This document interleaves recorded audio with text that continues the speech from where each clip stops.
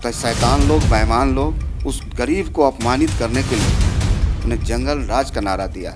एक तरफ भारतीय जनता पार्टी है जो सिर्फ ठगने का काम है, बोलने का काम करती है। अब तो लड़ाई सीधी भाजपा से है, नीतीश कुमार जी तो कहीं है ही नहीं। नमस्कार, इस वक्त हमारे साथ आरजेडी के प्रदेश प्रधान महासचिव हैं रणविजय साहू जी। इनसे जानेंगे कि आखिर आरजेडी की अब आगे की रणनीति क्या होगी। सर देखिए, राष्ट्रीय जनता दल संघर्षों में विश्वास करने वाली पार्टी है और हमें गर्व है कि माननीय तेजस्वी प्रसाद यादव जी हमारे नेता हैं और पूरे देश स्तर पर जितने प्रतिभा इनमें है, युवा नेतृत्व है और जो बोलते हैं वो करने का काम करते हैं, तो हमें लगता है कि पूरे देश आशा भरी निगाहें से माननीय नेता तेजस्वी प्रसाद यादव जी को देखने का काम कर रहा है। 17 साल बनाम 17 महीना।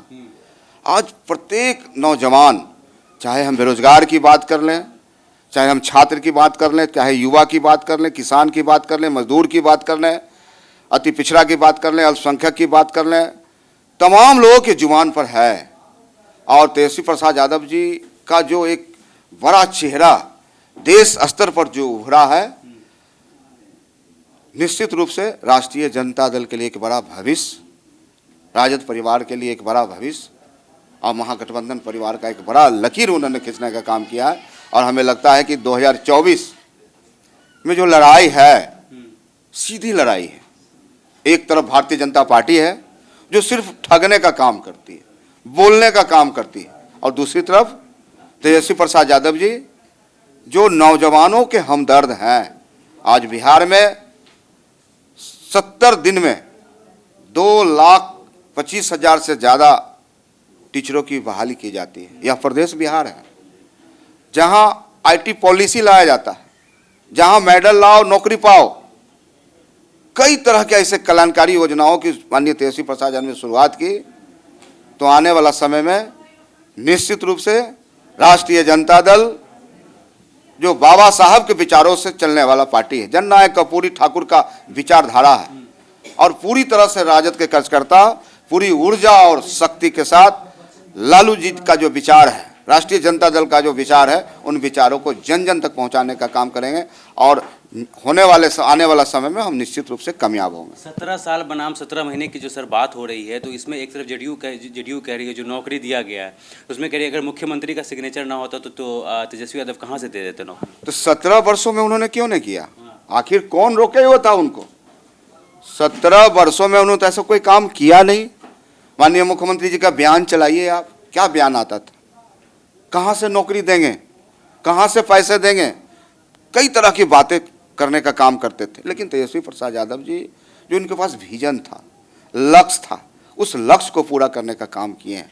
तो हमें लगता है कि आप बिहार में मुद्दों की बात होगी, न धर्म की बात होगी, न हिंदू की बात होगी, न मुस्लिम की बात होगी, मुद्दों की बात होगी, रोजगार की बात होगी। और हम समझते हैं बिहार में जो एक माहौल बना है, आने वाला समय में महागठबंधन, राष्ट्रीय जनता दल पूरी तरह से, जो ऐसी पार्टियां हैं, जनता तो सब कुछ देखती है और जनता ऐसे लोगों को पूरी तरह से बेरोजगार करने का काम करेगी। नीतीश कुमार क्या लग रहा है आपको आगे की उनकी राजनीतिक करियर किस तरीके से किस दिशा में जाएगी? देखिए, नीतीश कुमार जी जो बिहार के मुख्यमंत्री जी हैं, माननीय तेजस्वी प्रसाद यादव जी, सही भविष्यवाणी किया उन्होंने कहा कि 2024 में जदयू समाप्त हो जाएगा।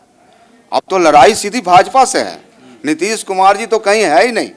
अगर आप सर्वे करेंगे बिहार में तो नीतीश कुमार जी का नाम एक छोटा छोटा बच्चा क्या रखने का काम किया, शर्म आता है, शर्मिंदगी होती है। तो निश्चित तौर पे जो हमारे नेता बोलते हैं वह करते हैं और हम सबके लिए गर्व की बात है। हम लगातार पटना के लोगों से भी बात किए हैं, हम दिल्ली से आए हैं, ठीक है, और हम पटना के लोगों से बात कर रहे हैं। तो नीतीश कुमार, पटना के लोगों का कहना है कि अब जो है नीतीश कुमार वो साइड लाइन हो गया। अब जो हम वोट देंगे या तो हम भाजपा को देंगे या तो हम राजद को देंगे, दोनों में से कोई एक है। तो नीतीश कुमार का जो करियर ग्राफ है वो लगातार नीचे गिर रहा है। अब तो सीधी लड़ाई है। भारतीय जनता पार्टी जो एक तरफ नफरत फैलाने का काम करती है और दूसरी तरफ माननीय तेजस्वी प्रसाद का विचारधारा जो मोहब्बत करते हैं, नौजवानों को जोड़ते हैं, लोगों को आगे बढ़ाने की बात करते हैं।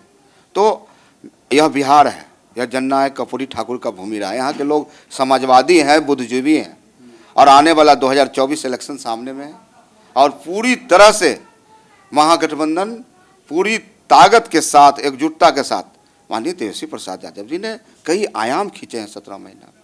आज जो जातीय जनगणना हुआ, अति पिछड़ा समाज को जितना बड़ा सम्मान दिया, आज 18% से 25% आरक्षण हुआ। कई ऐसी जातियां हैं जो आज़ादी के 75 साल के बाद जश्न मना रही हैं कि हम उन समाज से आते हैं जहां हम समाज के अंतिम पायदान पर थे।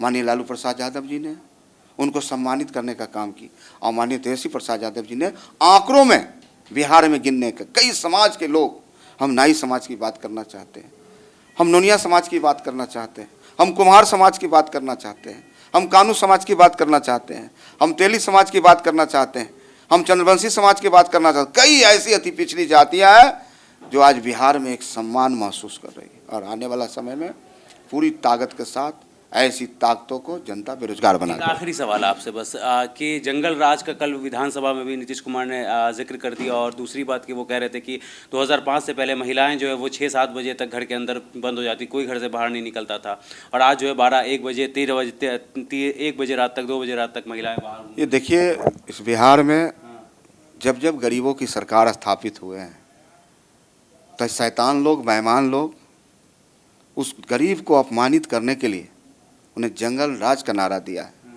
साहब, बिहार की सबसे बड़ी पार्टी राष्ट्रीय जनता दल, नीतीश कुमार जी अगर गुड्स गवर्नेंस दिए, सुशासन दिए, तो बिहार की तीसरी पार्टी कैसे बन गए? तो जनता तय करती है, जनता मालिक है और जनता ने मन बनाया है कि ऐसे लोगों को 2024 में निश्चित रूप से बिहार और देश से खदेड़ने का काम करेगी।